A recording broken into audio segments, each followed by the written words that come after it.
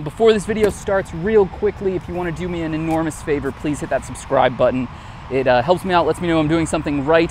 And in this day and age on YouTube, if you want to do cool things, you got to have a lot of subscribers. So if you've seen a video in the past, you're back for another, hit that little red button. It means the absolute world to me, and it helps me so that I don't have to eat ramen every day.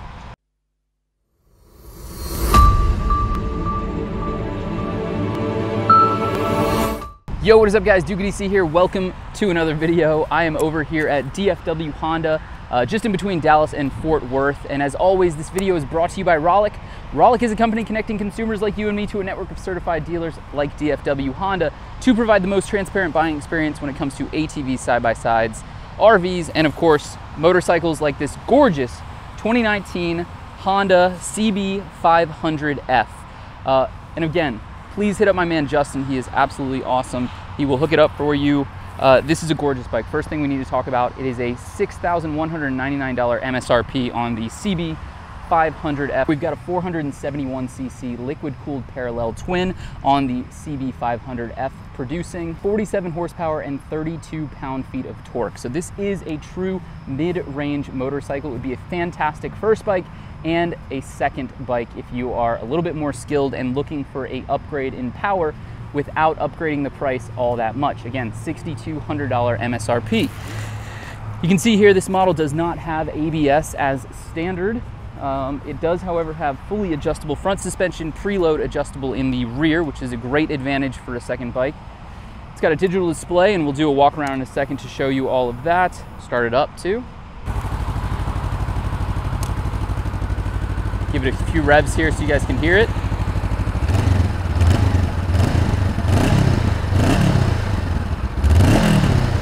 I love a good Honda twin. Some of the notable design features that you guys might be seeing right here. So we obviously have a red tank, red accents on the front. We've got the older kind of headlight here. I think that the CB500F is due for an update, albeit a fantastic motorcycle. A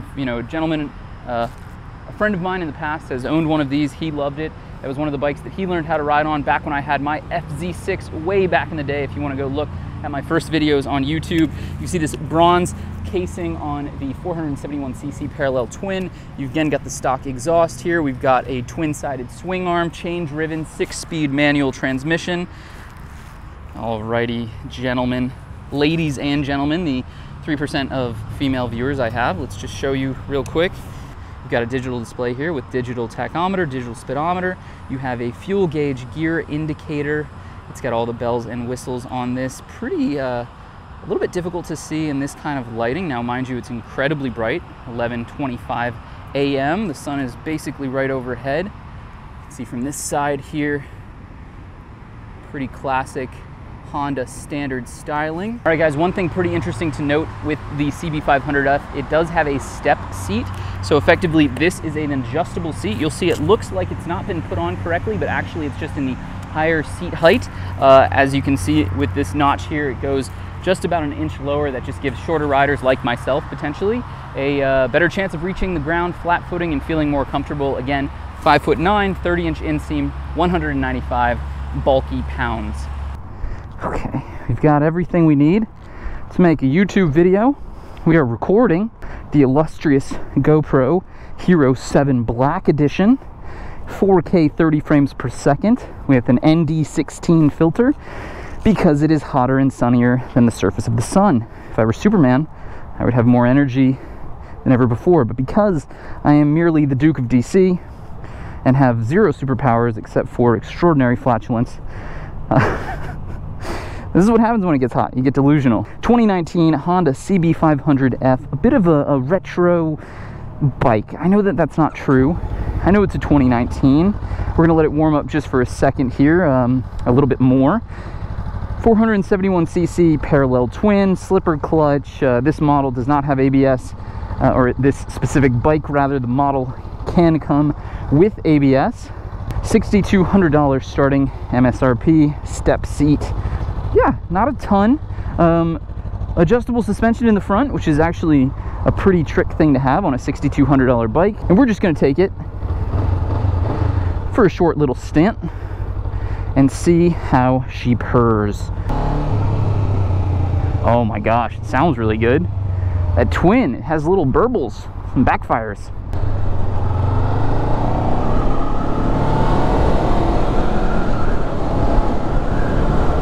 Whoa, it feels really weird. It feels kind of unsteady, to be honest. Holy guacamole. This is a very, very unique riding experience.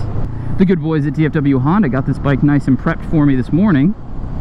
I think it's just a combination of the suspension and lack of steering damper, making it feel a little twitchier than what I'm used to, and a bit more unstable than things even like the CB500R that I just took out earlier this morning. Now, I will say the additional displacement and thus horsepower and torque is a pretty beautiful thing. The suspension has a little more cushion in it, albeit fully adjustable, so you could stiffen the front up, stiffen the rear, do as you please, and make it as sporty as you would want. You know, the CB500F has been around for a hot minute, and like I said, one of my buddies actually started his motorcycle adventure on a CB500F. We've done plenty of trips on it. I think he enjoyed it quite a bit, although he was quick to upgrade, and I think that's what happens with this motorcycle. It is a mid-weight bike. I mean, you're coming in at about $1,300 more than an entry level from Honda brand new, and although you are getting an equal, if not, I don't know, higher percentage of value back in terms of power and components, sometimes it feels like it's missing the mark, right?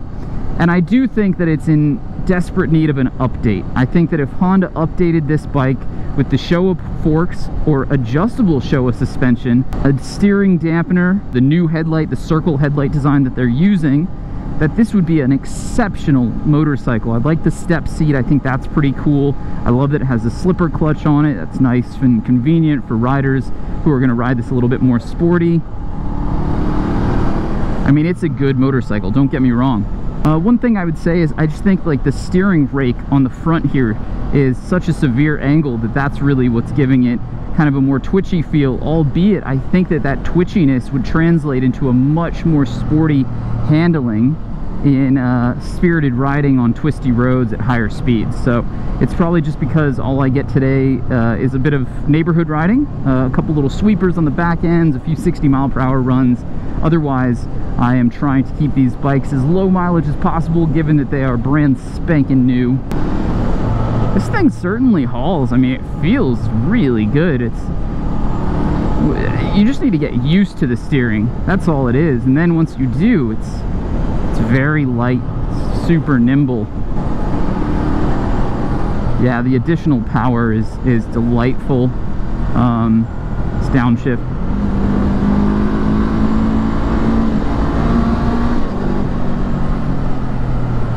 Brakes feel nice. No ABS on this exact bike, albeit the model can come with ABS. Front brake there feels very good. I'm such a sucker for parallel twins. I think that they have this beautiful kind of grunty nature to them, albeit on the ones that I've ridden I haven't had much issue with vibration, not nearly as much as I've had on some inline fours, and this bike is no different. The vibration is almost non-existent while you're riding. It certainly wouldn't affect the quality of the ride from my perspective. Let's see if we can't get out of here. Perfektenschlag. Oh yeah, she gets up and goes. That's for darn sure.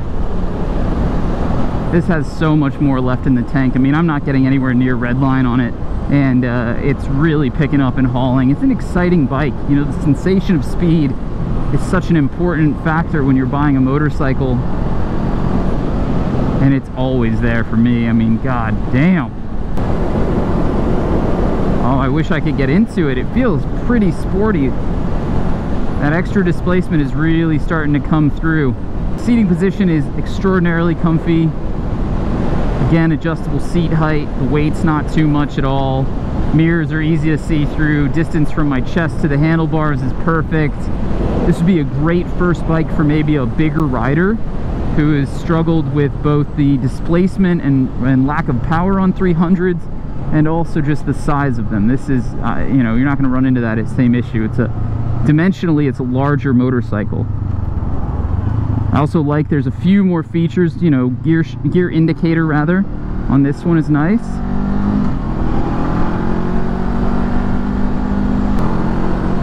You know what? I'm taking back some of what I said. It's not unfinished. I just know that Honda, this has got to be one of the last years that the 500F is going to look like this. I'm fairly certain Honda's going to update this bike within the next year, if not, I mean, God, 2 more years maybe. That or this is a model that they're starting to not care so much about, which is kind of a rough thing to say, but at some point, some models just don't do as well as others, and you know, the right thing to do is to sell off what you have and move on, and focus research and development efforts on the models that are, 1, doing better, or 2, you've just put more time into already, right? Like, you don't throw good money after bad. And I'm certainly not saying that the CB500F is bad money, but I'm wondering how much more they could do to this bike, or would be willing to, rather. You know, I make all these complaints, and really they're just observations. At $6,200, Honda has done a lot. They have stretched the dollar for the consumer in a good way.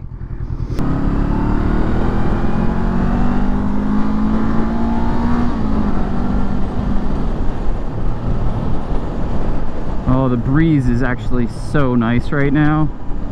It is a hot day, but on a motorcycle going 50, 40 miles an hour, it doesn't feel too bad. Let's shake and bake this baby. Nice little pass there. Yeah, it's not bad. 6-speed manual transmission. Pretty damn smooth. Nothing to write home about either way. Sounds absolutely awesome. Alrighty then, close this beautiful little video out. Alright guys, so that is it, the 2019 CB500F. I'd say it just needs a little bit more. It needs a little tweaking. It needs to be a 2019 bike. I mean, this would have been something I would have enjoyed riding in 2015. And likely a lot of the things on it are components that are from that time frame. I'm not saying that it's bad, I'm just saying that it needs a little bit more. As always though, thank you so much DFW Honda here between Dallas and Fort Worth in Texas for loaning me this motorcycle to take out for a spin. You guys are awesome. Please hit up my man Justin here. As always, if you're new to the channel, subscribe, hit that like button, comment down below, and as always, please take care of yourself, take care of others, take care of this planet, and I will see you on the next one. Peace.